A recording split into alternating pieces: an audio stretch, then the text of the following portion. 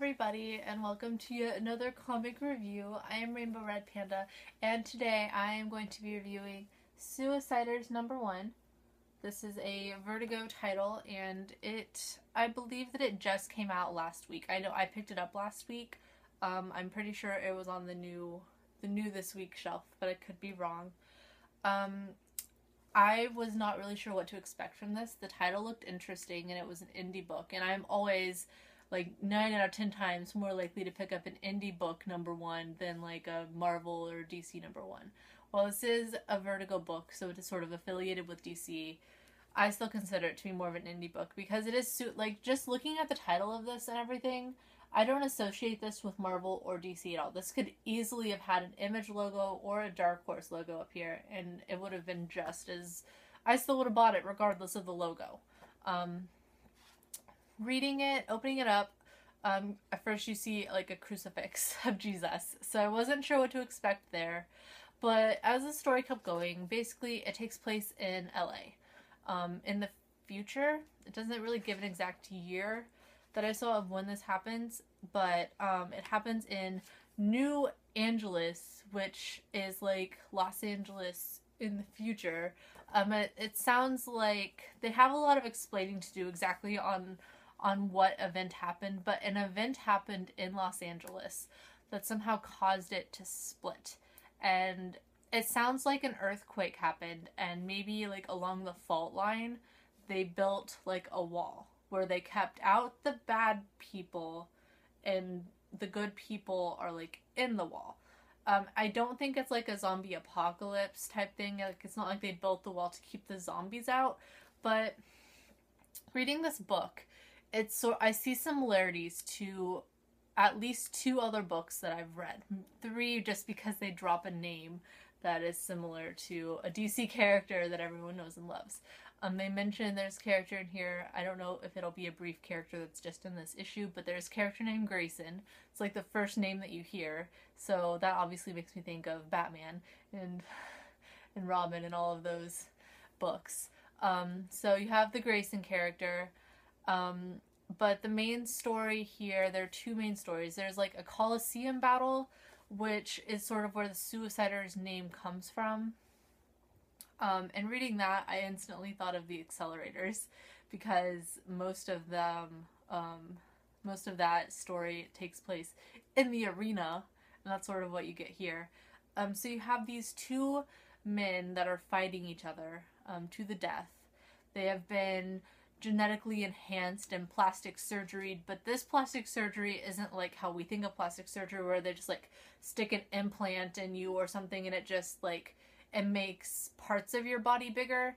Like, the parts of their body are made bigger, but they also like will make you stronger as well. Like, it's not like they're injecting a silicone implant into your bicep so you look like you can lift a lot but you really can't. Like, with these genetic enhancements, you actually can. Like, the muscles are enhanced as well as just the size of them. So that's one of like the future things that are a little bit different. So you have these 2 characters. One of them is like, I believe he's called the Savior.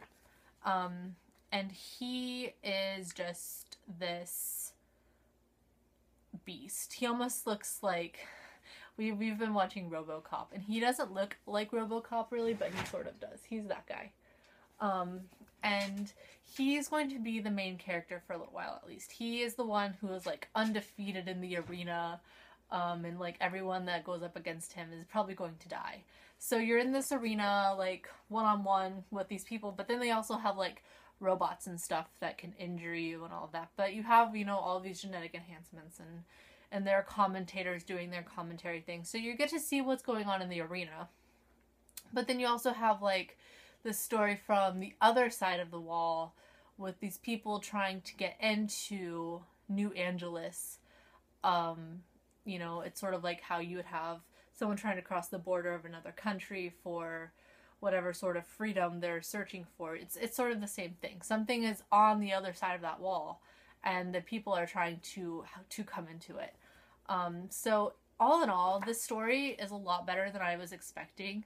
I wasn't sure what kind of story this was going to be. Being Vertigo, which is related to DC, I was sort of expecting kind of like a superhero aspect, but this almost reminds me of, it reminds me of the Accelerators because of the arena, but I also see like all of the instances with the wall, and even with the arena with that as well. I sort of see like little aspects of like almost The Walking Dead.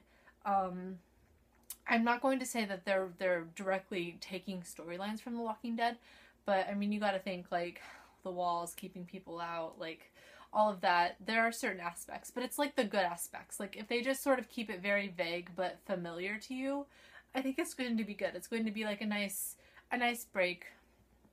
You know, oh, I have a few minutes. I'm going to read this comic book and it's going to be nice and entertaining.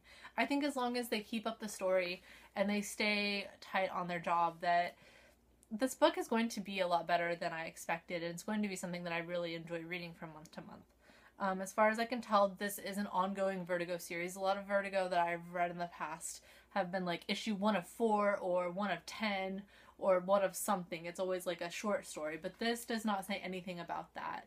So I'm thinking that this is going to be a one until people either don't read it or they're just done with their story. So I'm excited about that. And that's basically it. I would suggest this, if you saw it in the store and you're on the fence or something, I would definitely suggest picking it up. It's not a typical Vertigo book. I would easily have thought that Dark Horse would have picked this up. This seems very much like a Dark Horse book. So if you like Dark Horse, I really think that you would like this. And I don't know, if you guys have read it, then let me know what you think. And that is Suiciders number 1. And that is the end of my review. So I will see you guys later and all of that. So bye!